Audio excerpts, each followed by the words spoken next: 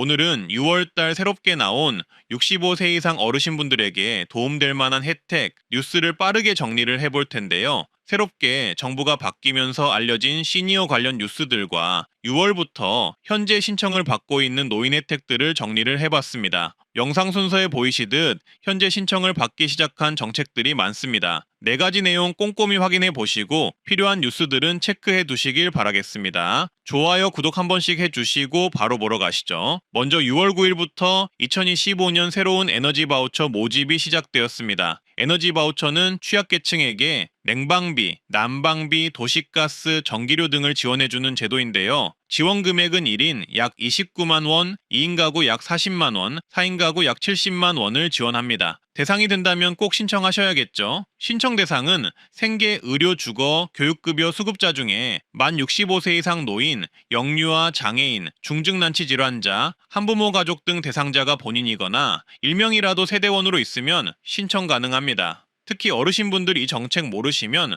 꼭 체크해두고 신청하시길 바라겠습니다. 신청은 주민센터에 하시면 되는데요. 기존 에너지 바우처를 신청하셨고 주소 변경 등 변경사항이 없다면 따로 신청 안 하셔도 됩니다. 사용법은 요금 차감이나 국민행 복카드를 받아 사용이 가능하니 해당 표를 참고해 주시고요. 비교적 취약계층 세대분들은 어르신분들이 많기에 주변에 꼭 공유를 해주시면 좋겠고요. 까먹지 마시고 신청을 하시길 바라겠습니다. 다음은 새로운 정부의 65세 이상 공약 정책들 내용입니다. 통신 분야에서 기초연금 수급 어르신이 받는 통신요금 감면 혜택이 자동 적용이 되도록 변경하겠다고 합니다. 현재는 해당 정책을 몰라서 신청을 안 했거나 신청 과정이 번거로워서 신청 못한 분들이 많을 텐데요. 그냥 자동 적용 및 할인되게끔 변경한다고 합니다. 그리고 기초연금 부부 감액 제도가 단계적 폐지가 됩니다. 현재 부부가 모두 기초연금을 수급할 경우 각자의 기초연금액이 20% 감액되는 제도가 부부 감액 제도인데요. 이 감액 제도를 단계적으로 폐지하여 부부가 함께 더 넉넉한 노후 생활을 할 수 있도록 지원합니다. 그리고 일하는 노인에 대한 국민연금 감액 제도가 개선됩니다. 일하는 노인의 경우 국민연금이 감액이 되는 경우가 있는데요. 이 제도를 개선해서 국민연금 수령액이 줄어드는 현행 제도를 개선하겠다고 합니다. 그리고 간병비 공공부담이 확대됩니다. 고령자의 간병비 부담을 완화하기 위해 공공이 간병비를 부담하는 비율을 확대하여 개인의 경제적 부담을 줄이겠다 합니다. 그리고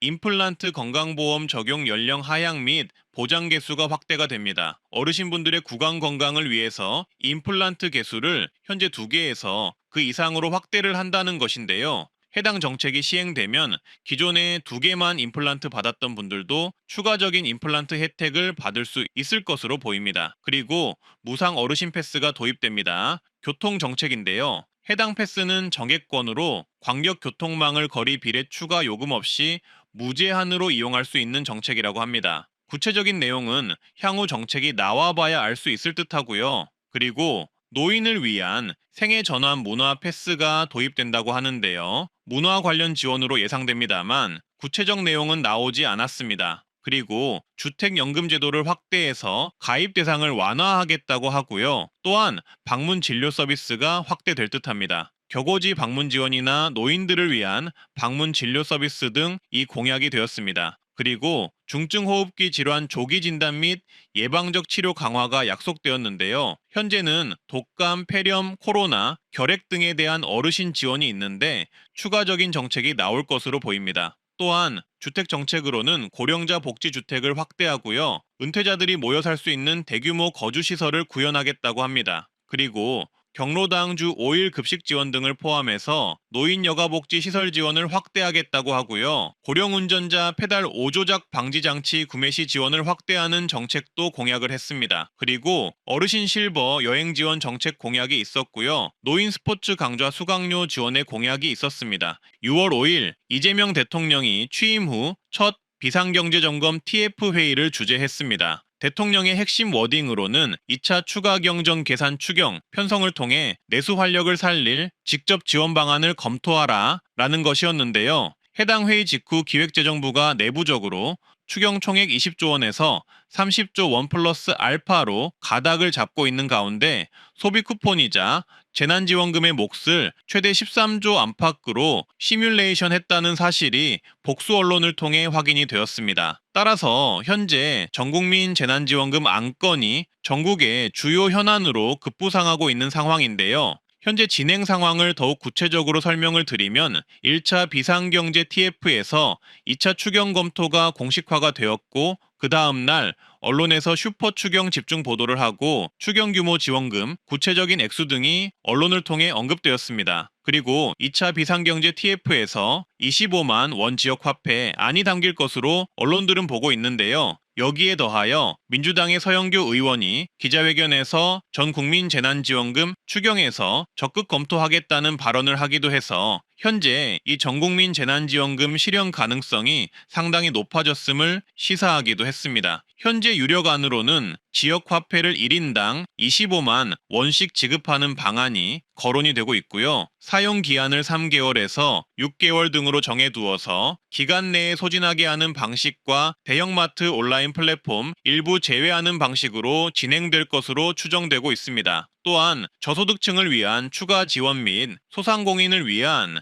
2차 보전 등도 거론이 되고 있다고 합니다. 소요 예산의 경우 추정했을 때 전국민 약 5,300만 명이 1인당 25만 원 정도 받을 경우 약 12조 8천억 원이 소요될 것으로 추정됩니다. 그리고 2차 추경 전체 30조 원으로 가정을 한다면 나머지 17조 원은 어려운 저소득층을 위한 에너지 바우처에 배분이 되거나 소상공인 2차 보전 등으로 배분될 수도 있다고 하네요. 재원 조달의 경우 언론 관측을 종합해보면 예비비 세계 인격음 5조, 세출 구조 조정 3조, 국채 발행 10조 안팎을 통한 방식이 예상이 된다고 합니다. 일단 이 내용들은 여당과 협의가 이뤄져야 하기에 결정이 되더라도 언제 지급이 되는지 궁금하실 텐데요. 현재 언론들의 재난지원금 지급 예상 시나리오는 이렇습니다. 6월 14일 전후로 기재부가 정부 안에 추경 규모 지원금 세부 설계를 확정을 지으면 국무회의를 통해 의결을 하게 되고요. 그러면 6월 20일 이후 국회 예결위 심사가 이뤄질 텐데 이때 여야의 합의가 중요해질 듯 합니다. 그리고 만약 예결위 심사가 제대로 이루어지면 6월 28일 이후 임시국회 본회의에 해당 안건이 상정이 되는데 이때 임시국회 본회의에서 재난지원금 안건이 처리가 되면 빠르면 7월 중순 지급이 가능하다고 합니다. 따라서 현재 지급 예상 시기는 빠르면 7월이고요. 여야의 협의가 늦어지면 8월로 밀릴 수도 있다고 합니다. 정리하면 전국민 25만 원 지역화폐 지급안은 정부 여당 테이블에 올라간 상태입니다. 그리고 현재 추경 진행 관련 정부의 비상경제회의가 이뤄지고 있는 상황이고요. 그리고 해당 안건이 발의가 되어 통과가 된다면 예상되는 지급 시기는 6월 국회 통과 7월 지급이 예상된다고 합니다. 다만 대상 및 재원, 지급 방식을 둘러싼 여야 협상이 길어질 경우 일정은 미뤄질 수 있다는 점 꼭 기억해 두시길 바라겠습니다. 또한 현재 진행 과정 중이니 어떠한 변수가 발생하거나 이 재난지원금 내용과 관련해 추가 소식이 있다면 해당 내용을 영상으로 제작해 보겠습니다.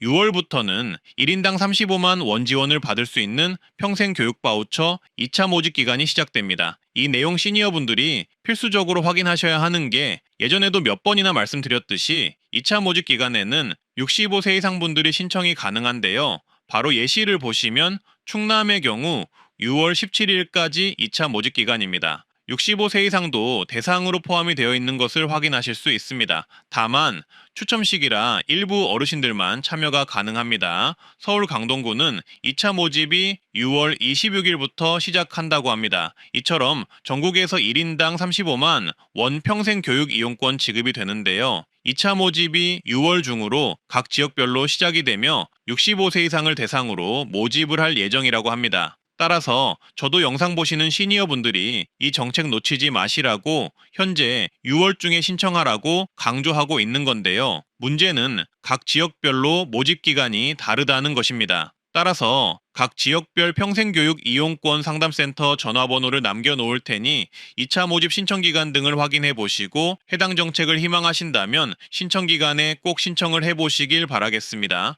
평생 교육 이용권 사용 방법은 이렇습니다. 평생 교육 이용권 사용처로 등록된 기관에서 사용이 가능한데요. 지역에 따라 다르지만 운전학원, 커피제빵 학원, 뷰티 미용 실용음악, 플라워 공예, 필라테스, 운동, 요리, 컴퓨터, 간호학원, 영어회화 등 지역에 있는 등록기관에서 사용이 가능합니다. 수강료 및 교재비에 사용이 가능하기에 만약 받으신다면 정말 유용하게 사용할 수 있습니다. 그리고 평생교육 이용권 신청, 발급 절차는 이렇습니다. 우선 확인하시고요. 지자체별로 다르지만 대체적으로는 신청자가 몰리면 추천 방식으로 선발이 된다고 합니다. 따라서 꼭 신청을 해보셔야겠죠. 네이버에 평생교육 이용권을 검색해 홈페이지를 터치해서 들어가 주시고요. 그러면 평생교육 이용권 팝업 내용이 보이실 텐데요. 아래 주소 클릭이라고 빨갛게 표시된 부분을 터치해서 들어가면 됩니다. 그리고 본인이 신청할 지역을 터치해서 들어가면 이렇게 온라인으로 신청이 가능합니다. 지자체에 따라서 오프라인 신청 추가로 받는 곳도 있는데요.